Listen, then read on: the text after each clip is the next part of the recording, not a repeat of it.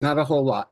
And then I will uh, give us a short break so that we can move our bodies after practicing meditation together. And then we'll come back. I'll give a short talk and then open it up for questions and answers. And does that seem to work for everybody? Awesome. Thank you. And so, and today I'll give more later, but today we're going to talk about Bodhisattva practice. Uh, Zen is often called the practice of the Bodhisattva way. And I'm going to talk a little bit about the big three Bodhisattvas, Avalokiteshvara, also the Bodhisattva of Compassion, Samantabhadra, the Bodhisattva of Activity, and Manjushri, the Bodhisattva of Wisdom. So I want to invite everybody now to just kind of take up space, find a comfortable position, ease into your body a little bit.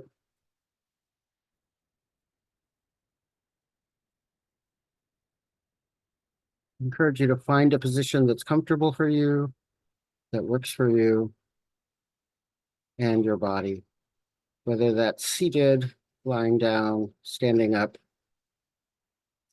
whatever works for your body.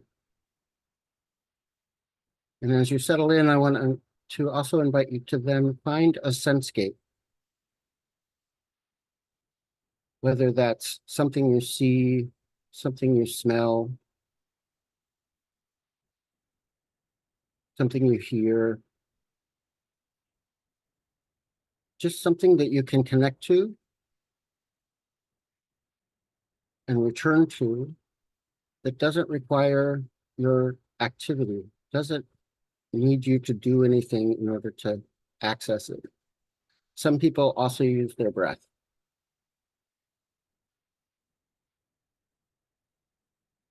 But just notice whatever that sensate is and see if you can gently rest your attention there.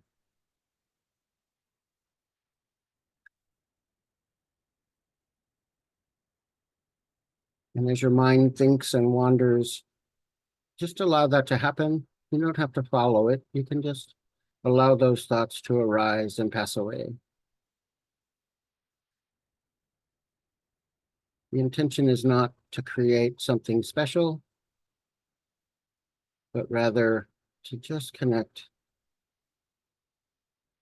to the physical experience.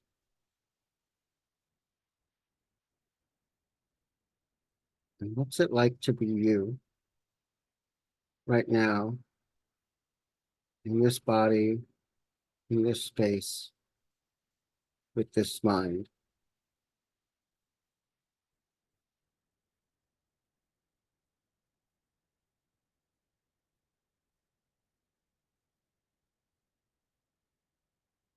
And we gently connect to our experience.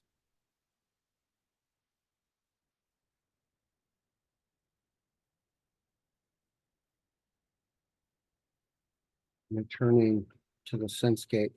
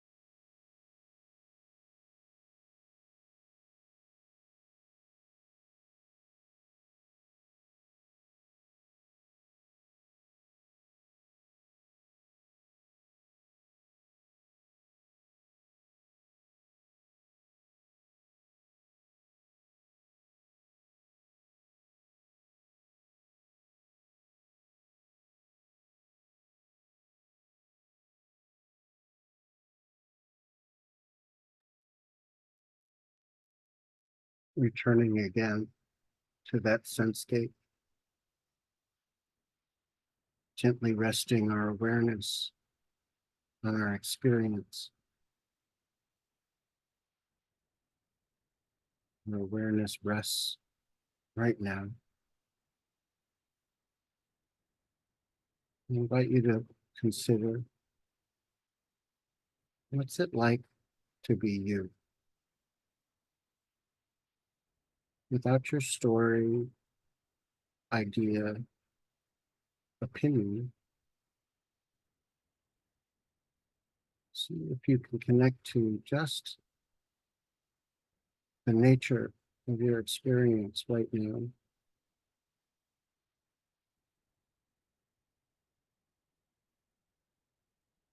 What's it like to be you?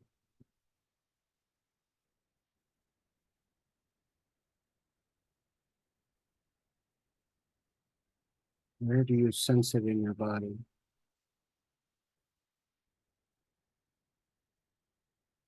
Is it sharp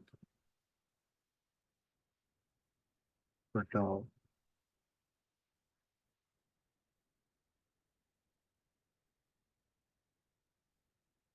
Does it move or is it stationary? If you can connect to the nature of your experience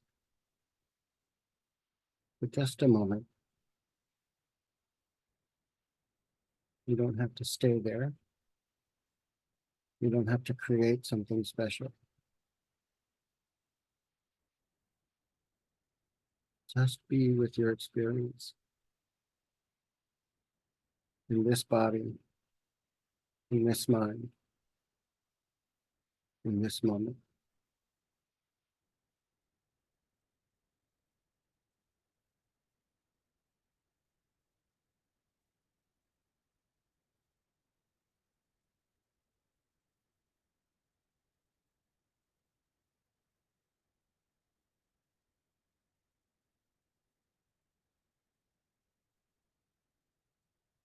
Thank you very much for sharing meditation time with me this morning. It's morning for me.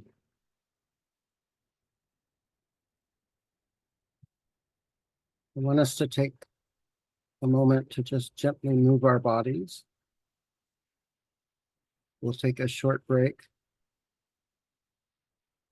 Let us return at 15 minutes before the hour. So that's 7 minutes, 8 minutes. Get some tea, get some water, move your body. Thank you very much.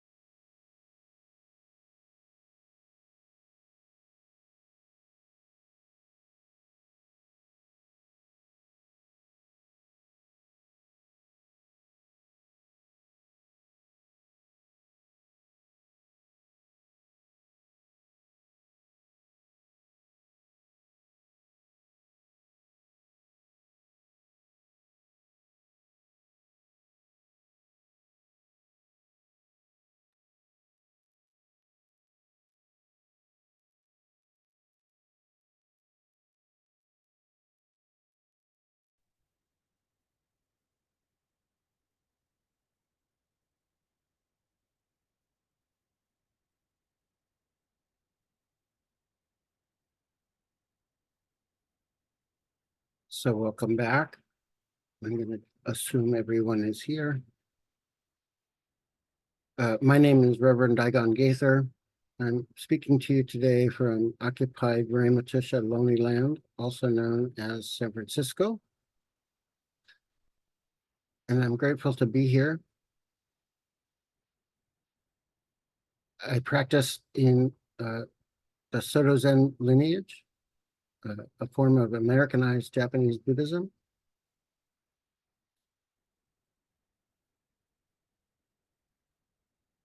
And oftentimes the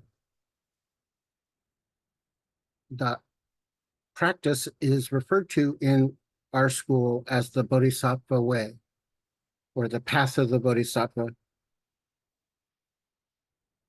But bodhisattvas exist across the Buddhist canon and are often, sometimes they can be seen as deities or objects of veneration and worship, which is a perfectly acceptable way of relating to them. We can also see them as operators in our experience and in the world. For instance, the Bodhisattva of Compassion, Avalokiteshvara, is often called the hearer of the cries of the world.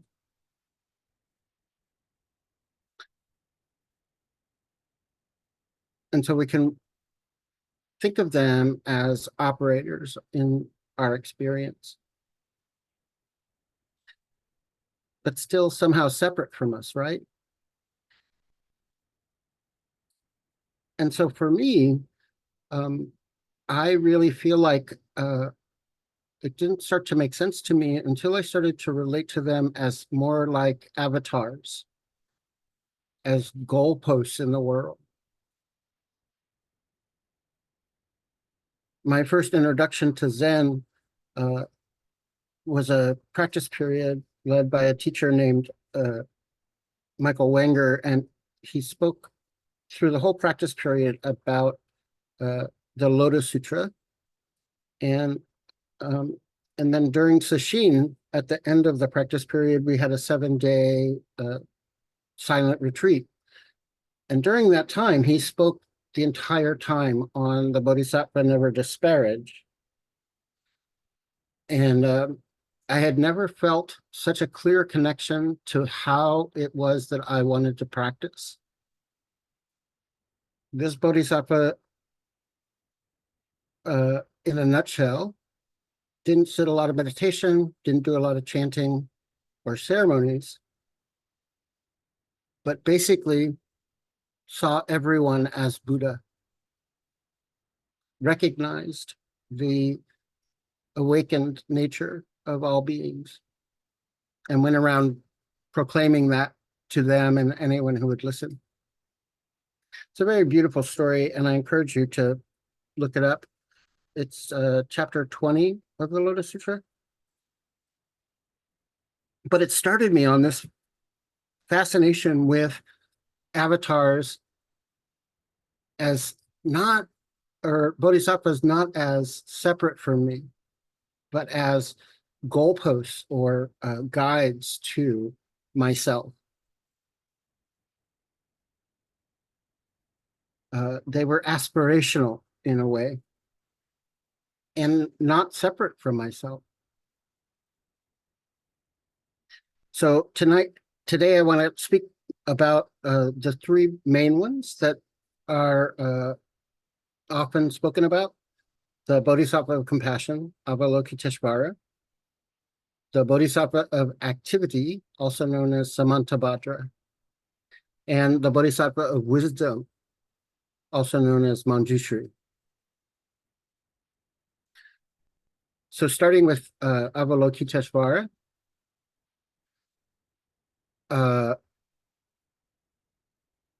the Bodhisattva of Compassion is also called Kuan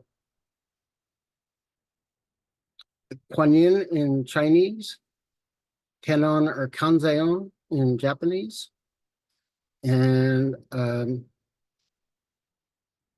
the name just absolutely left my head. of what it is in, in Tibetan. I believe it's uh, shoot, I lost it. Uh, but this bodhisattva is often depicted with endless arms, all of which have uh, eyeballs in the palm, and they're carrying various objects of like a dharma wheel or a, a sword or other sort of dharmic items. But the idea is that this bodhisattva comes to all of those places where we're looking for compassion, to all of those moments where we're called to care. Currently, around the world, there are 8 known genocides and 32 armed conflicts or wars. And so I find myself a lot trying to call up compassion for myself, for my broken heart, and for the suffering and pain that exists around the world.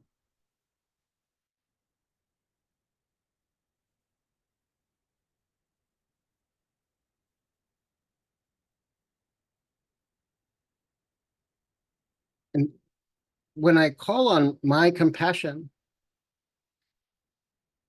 I call on the deepest part of myself that sees that I'm actually not separate from everything else in the world. That reminds me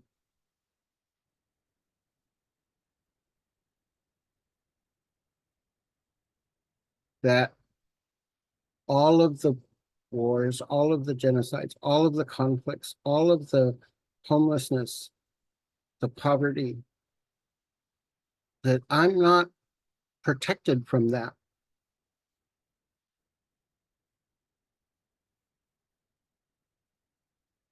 And that I don't want to be.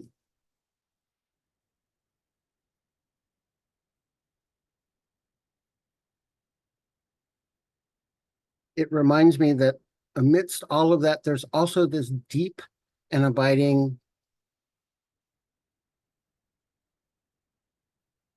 mutual aid or mutual engagement.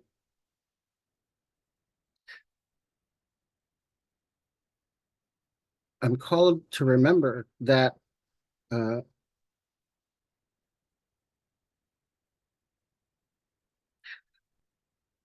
there's a teacher named Darlene Cohen who used to speak all the time on her physical difficulties. And one of the things she used to teach about was asking what else is there. And this came in very handy for me when I was in the hospital. I had meningitis and shingles at the same time. And I just was racked in physical pain, like unbelievably so. And as I was laying in the bed, I started to think about what else is there. And I started to notice and think about all of the people in my life that I cared about, that I wanted nothing but beautiful things for. And then I started thinking about all of the people that I knew who were chanting or praying or wanting relief and ease for me.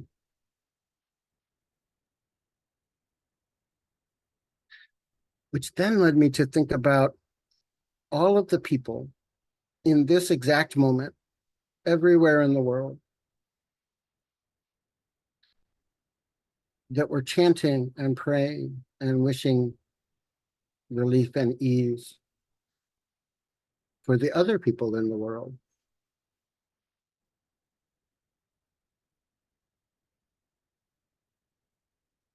that right now, in this moment, millions upon millions of people were practicing compassion.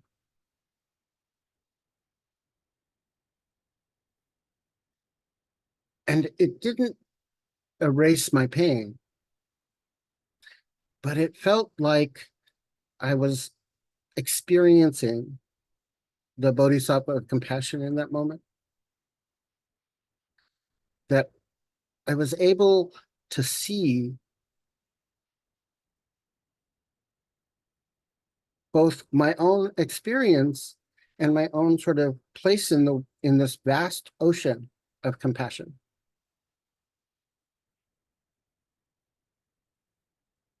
And what an amazing gift that was.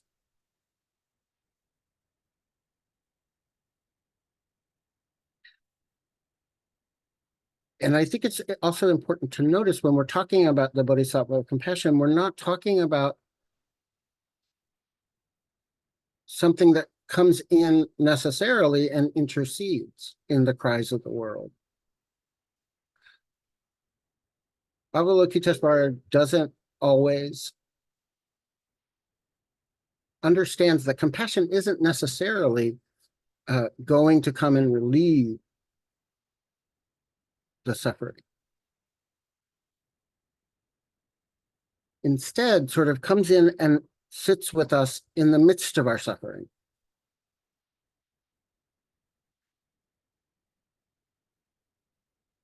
Avalokiteshvara is meeting us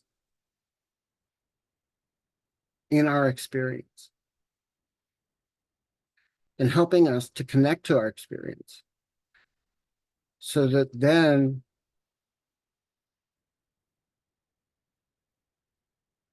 whatever healing is going to happen can happen.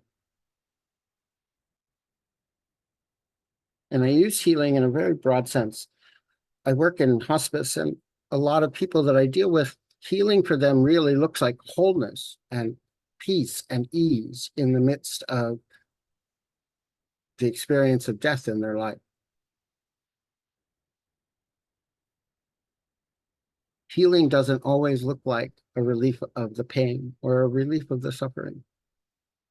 And I think Avalokiteshvara reminds us of that.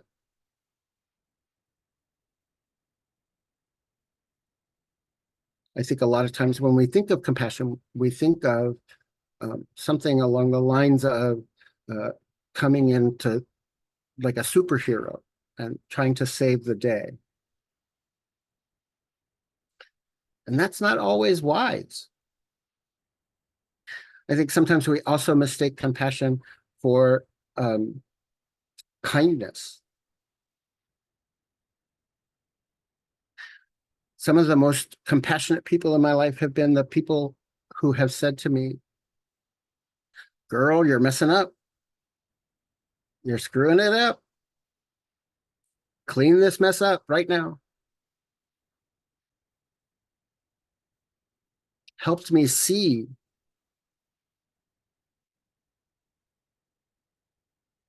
in very strong ways that I wasn't living up to what I wanted to live up to.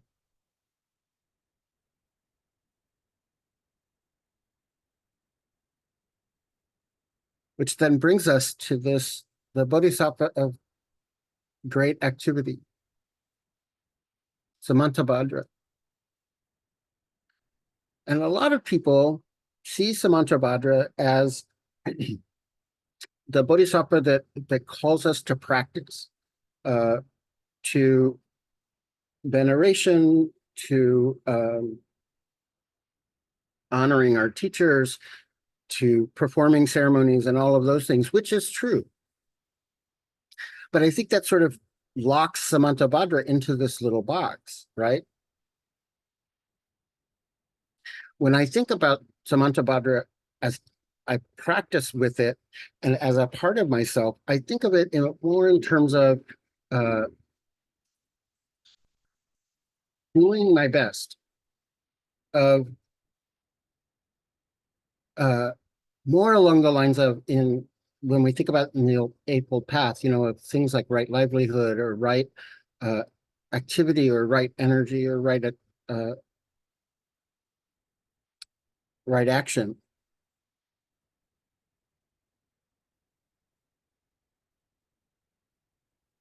Samantabhadra becomes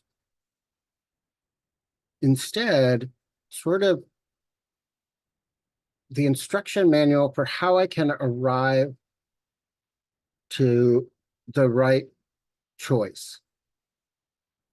Every moment we have the opportunity to make a choice about how we're going to act in any moment. And we're given the option to sort of pay attention really closely to what we can become aware of in that moment. And in that, it then becomes clear to us about what our response should be. In Zen, we often say enlightenment is merely an appropriate response.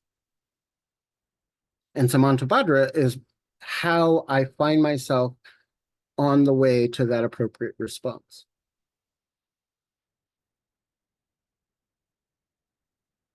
And it's not just about my morals and ethics or my vows. It's about really paying attention and allowing the experience of the moment to tell me what it needs. My teacher used to ask all the time, what does your practice ask of you?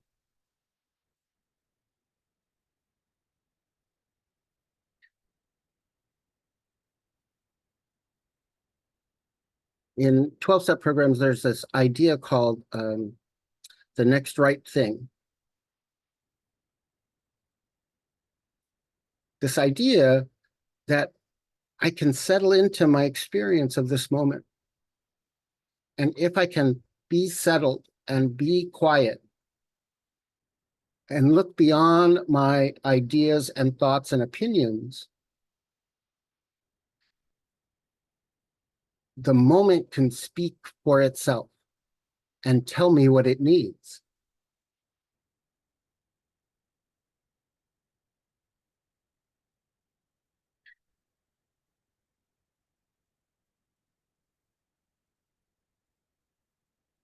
We're often spoken in the Genjo Koan, the founder of Soto Zen says uh, that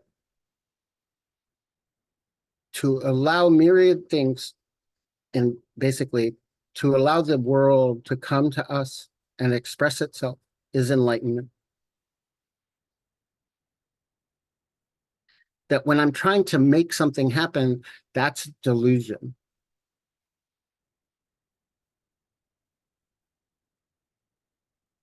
And so if I can settle into this moment and really connect to what's it like to be me in this moment, and if I'm quiet, I can hear it. And if I can't hear it, I need to just wait. So much of my life, a lot of the places where I have messed it up has been because I didn't wait, because I didn't slow down, because I didn't look past my own stories and ideas and judgments and opinions, and I just charged fully on.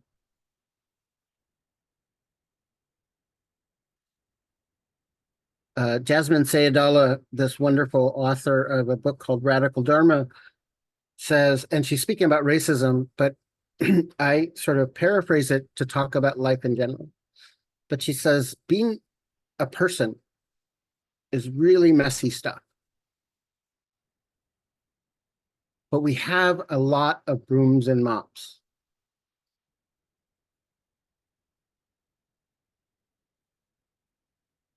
That is, to me, the clearest instruction about practice and samantabhadra and great activity that I have ever heard.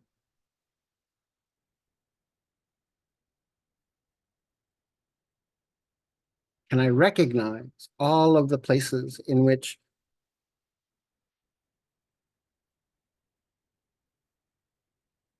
I have the opportunity to just slow down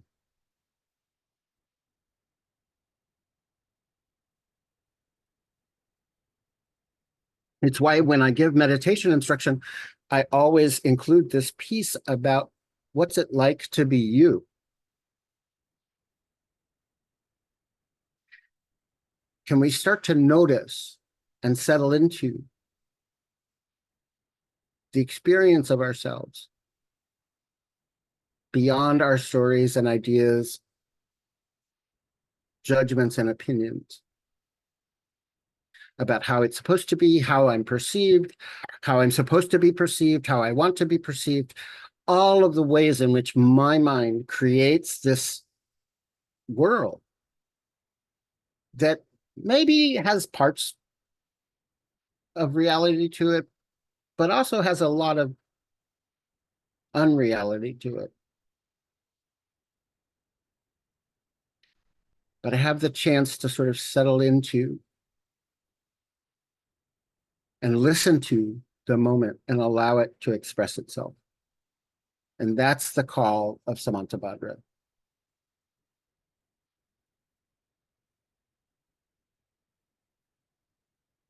Let this moment tell me what activity to do. With awareness that on the moments I fall short of that mark, I have the opportunity to try it again.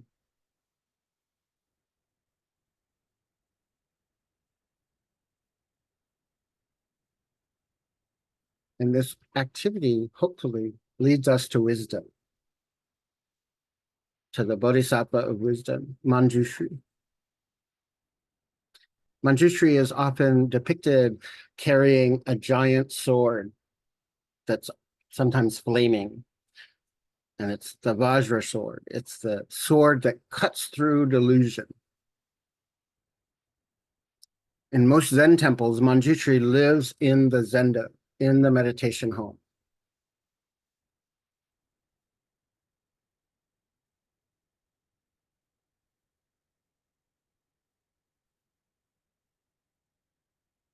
The understanding that wisdom comes not through my mind thinking, not discursive thoughts, but wisdom, prajna, comes through settling into the experience. Wisdom comes in those quiet moments between my breaths.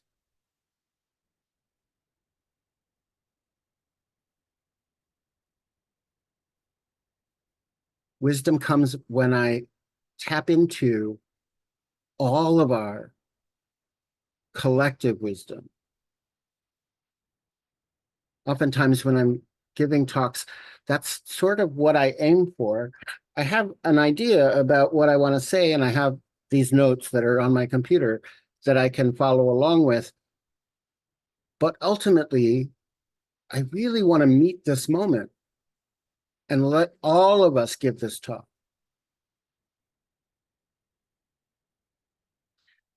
Can I touch into the collective wisdom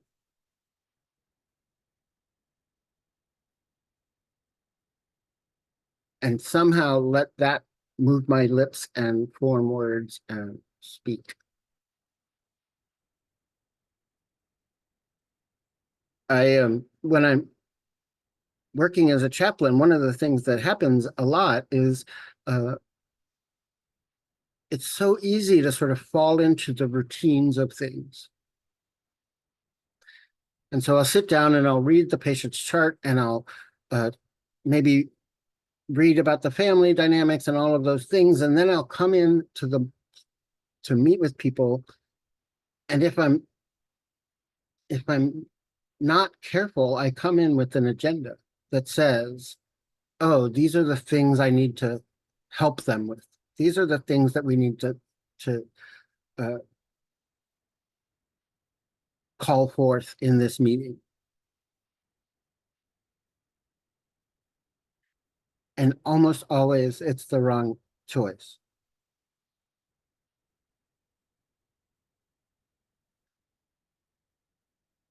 When I'm when I'm teaching other chaplains, one of the things I say is that we bring together and study and have all of these skills that we develop so that when we cross the door frame, we're able to drop that and let the moment call forth what it needs to call forth. Most of my patients are not Buddhist. Most of them have never meditated, and meditation's not necessarily going to connect them to their own spiritual care.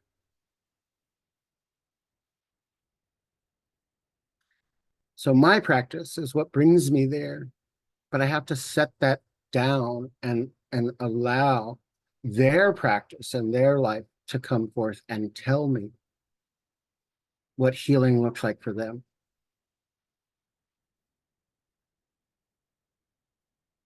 And this is the wisdom. You know, the Vajra sword will cut through my ego and my delusions. The ego that says, oh, I've been doing this for so long, and I have all of this experience, and I have all of this knowledge, and I have a graduate degree, and aren't I grand? I know all of these things, and I've done all of this work. But in that moment, doesn't matter. And I have to say, I think that you all have experienced that as well. How many times have you been in a conversation with your friends or a stranger? And it's just one of those sort of magical conversations where the right words appeared and were said, and it was beautiful.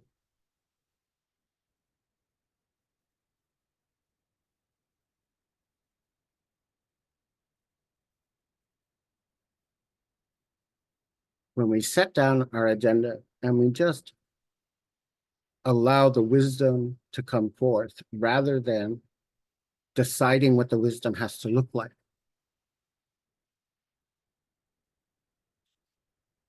Or maybe we've done it with our partners or children.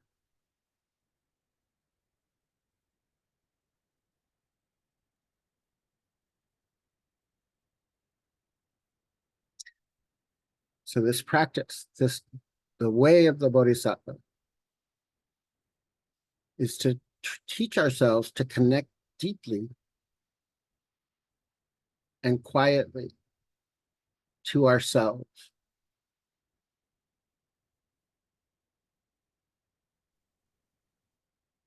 And to do that repeatedly, every day, all day.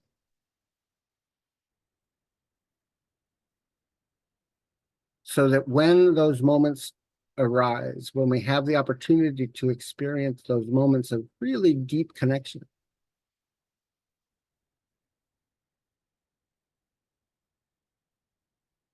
we can do that.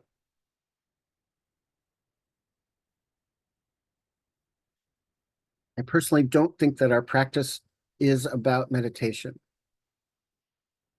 Ultimately, Buddhist practice is about how it is that we are in the world.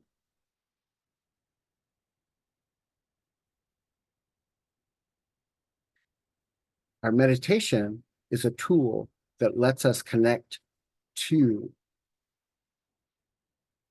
an appropriate response, that allows us to connect to each other and to this broad ocean of compassion and wisdom and right activity.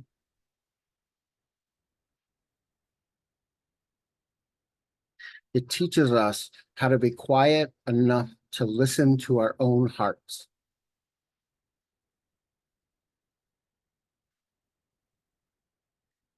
And because this kind of stuff works, except on the days that it doesn't, we just do it again tomorrow.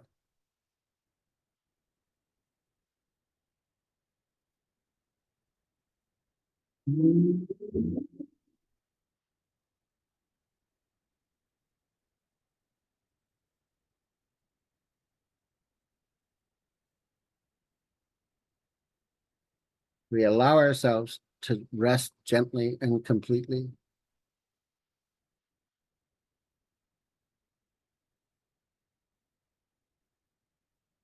We allow ourselves to let our hearts be touched and broken by the cries of the world. And we allow those cries to then tell us about the activity that is being asked of us.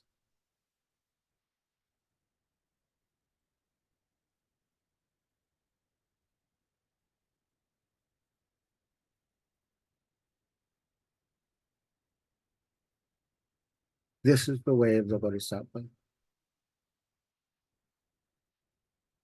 You are all Bodhisattvas. If you've taken vows, you've not taken vows, doesn't matter. Because I think we all are here because we want to be in the world in particular kinds of ways, and we want to bring healing and love and compassion and wisdom to the world. And that starts with bringing it to our lives.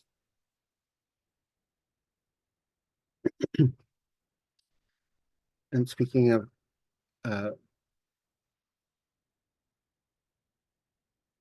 our combined wisdom, I've been asked to speak a little bit about what dana means, what generosity means. You know, the Buddha set it up in such a way that monks and nuns are dependent on the Sangha. Because the teachings are not invented, they were discovered. And they don't belong to us. They're just expressed.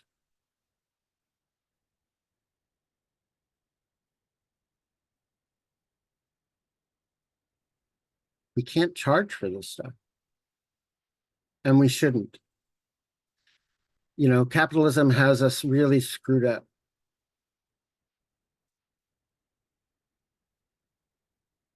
Capitalism somehow has convinced us that everything has a price and that it can be paid for. But I think that something really amazing happens when we practice dana, generosity, when we practice mutual aid, when we practice what at one of the places I teach a lot at, East Bay Meditation Center, they call it gift economics. This idea that we all have something to give and to offer. And that offering can be large or small, but everybody has something to offer. And sometimes that offering is just a blessing, an expression of gratitude. When we're in person, you know, oftentimes there's baskets, and I encourage people in those moments to, if they can't offer financial support so that my livelihood gets supported, they can still offer a blessing. They can still offer a prayer for me. And that's just as important.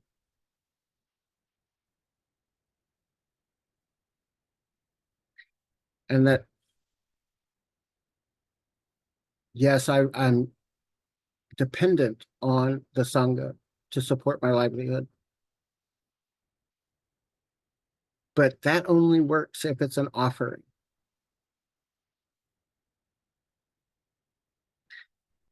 If I see it as an offering and you see it as an offering, you're not paying for anything. That's how this works for me.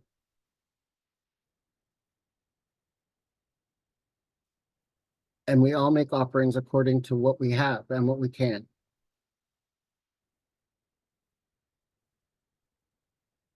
And that's the most important thing. So I want to open up our conversation now. That's enough about that. And you're welcome to raise your hand. You're welcome to message Marnie directly, and she'll ask your question anonymously. You can either turn your camera on or leave it off. It doesn't matter to me. But your speaking your question is my preferred engagement, but I also understand that that doesn't work for everybody. So in the spirit of radical inclusivity, let's and Marnie will also be monitoring the public chat. So you can also just write there, and Marnie will get my attention and ask me to pay attention to the chat for a moment. So at this point, I just want to open it up and invite you to ask questions, make statements. It doesn't even have to be a question, but bring yourself into this conversation.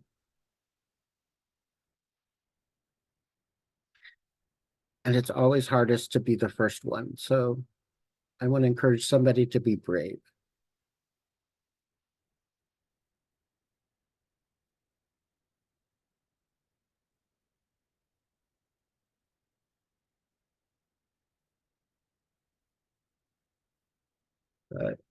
Summer, did I say your name properly? Yes. Hello, thank you for calling on me.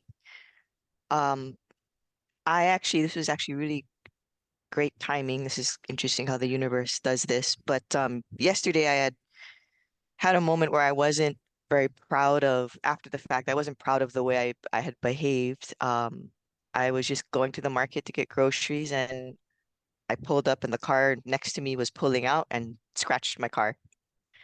And so we get out and we exchange information. I was I was civil. There was no yelling. It wasn't anything crazy like that. It was just, but I was mad. And internally, what happened was this gentleman, I could clearly see there was his hand was visibly shaking, like his arm was shaking as if he had like a palsy of some sort. And why I was disappointed in myself was because in the moment, I had no compassion for that. I was actually mad because I thought to myself, why are you this is your this is why you hurt you not you hurt you scratched the car. I could have what if I had a child in the back seat that was coming out of the car and you hit my car, right? So I wasn't proud of myself afterwards because I didn't have kindness and compassion. And this teaching was very helpful. I just thought I'd bring it to you and to the group to see what you thought of in terms of how could I just be more present and let the moment, like you said, show me what was to have that compassion because Right. I'm disappointed in myself that I didn't. So Yeah, thank you. thank you. And I think that what's really interesting, and you gave this perfect example of it, in that moment, you created a story about what it meant for that man to be shaking.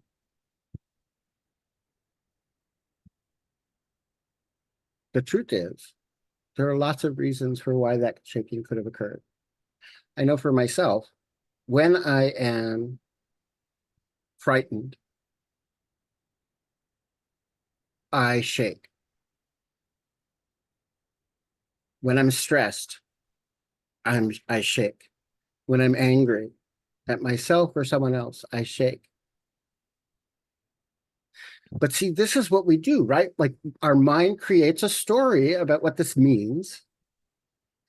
And then we have our feelings about that story. And then we have our feelings about our feelings about that story. And eventually we're all the way down this road of having some experience that may or may not have anything at all to do with what actually happened in that moment. And so when I see that I've done that, when I can see that I've dragged myself all the way down this road, can I have compassion for myself, but then also just go, maybe, because it's possible. Yeah, maybe he has, some kind of thing that happening or whatever. And maybe he shouldn't have been driving. But regardless, I just could attend to this moment without all the extra stuff. And so to take that moment and be compassionate to myself, I go, oh, look, I did this. Now let me back up and see and remind myself to not be dragged around by my stories and ideas and feelings and opinions.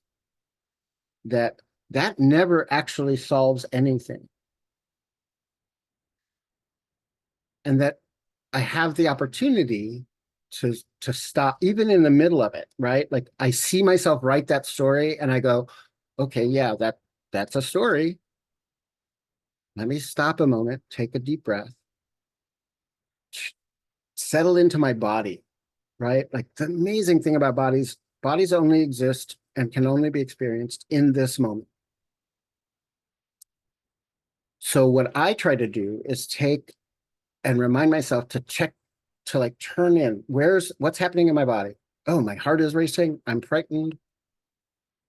My mind is racing. Let me take a couple of deep breaths. My breath is really shallow. Let me see if I can lower my breath into my hara. And if the person wants to talk to me, say, I just need a minute. Just give me a minute so that I can come at this from the place that I want to come at this from. We're going to write stories. Like that's just what we do. It's how the brain works. But I don't have to follow along with it. I don't have to be dragged down the road with it. I can turn it back and come into contact with this moment.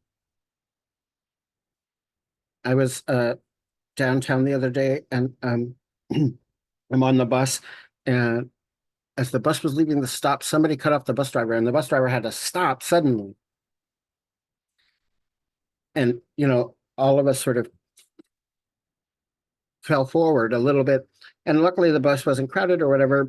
And what astounded me was I recognized my own fear in that moment and recognized that when I have been that driver in a car, not even on a bus, but when I've been that driver, I have been terrified and sort of reactionary.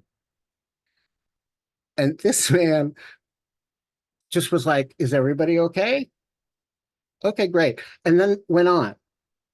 And I had a while to ride, and I was trying to formulate in my mind what to say to him about that moment. And I just got to say, thank you for taking care of us. But it was such an incredible sort of thing because I recognized that that was not going to be my response. Right? Because I wasn't driving and that wasn't my response. And again, I got to take this chance and this opportunity to engage with our combined wisdom and see, oh, there is this other way for me to be in the world. So yeah, I hope that helped. It does a lot. I really appreciate that. Thank you so much. Thank you. I'd like to be next.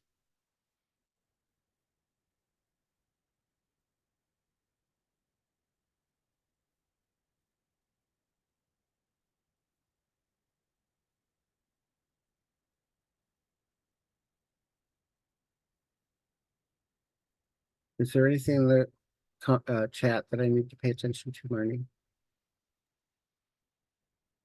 There are no direct questions in the chat. There's one about the duality of capitalism being the very means that help us donate. The paradox of it, right? Absolutely. And there's gratitude for the teaching.